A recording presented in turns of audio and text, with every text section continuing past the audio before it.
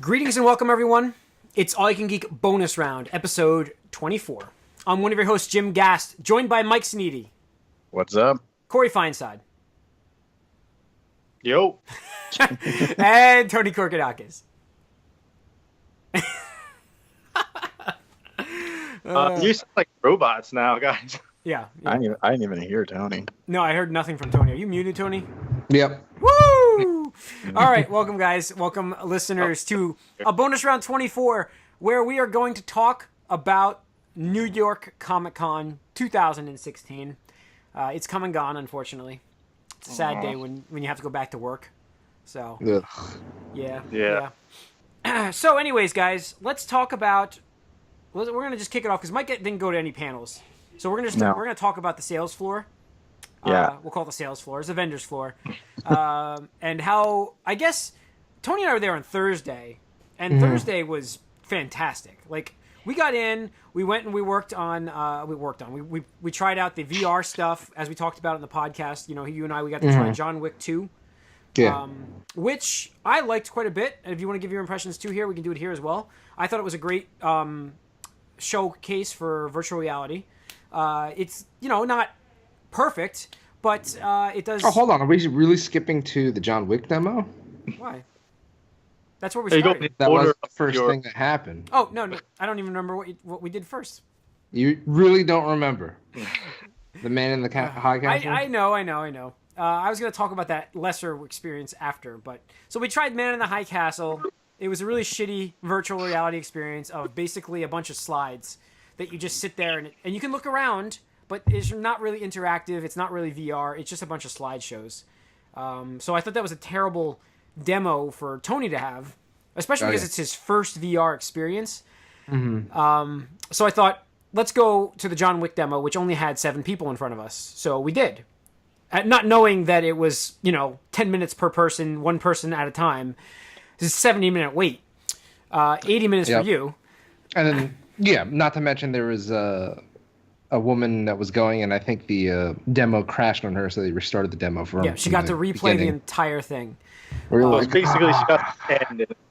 Yeah. So she got about 15 minutes or so to play. So yeah, it was a little bit longer wait. So I don't know. I like the John Wick demo. It's basically a bunch of shooting on a rooftop that you didn't really move much, except you can work in your little square cubby. So you had building structures to get behind and duck, and you can kind of lean out and shoot around the corners. And I kind of just threw myself into it. And I really enjoyed it. I actually had a lot of fun. I almost threw myself into the guy running the demo, which there should be video of at some point. If Tony wants to upload that to YouTube. It's kind of boring, but it's funny when I almost run into the guy. So, but I liked shoot it. an innocent bystander on a chair. I was just shooting at his head the entire time. But yeah, Tony, what did you think again? Give us your opinion.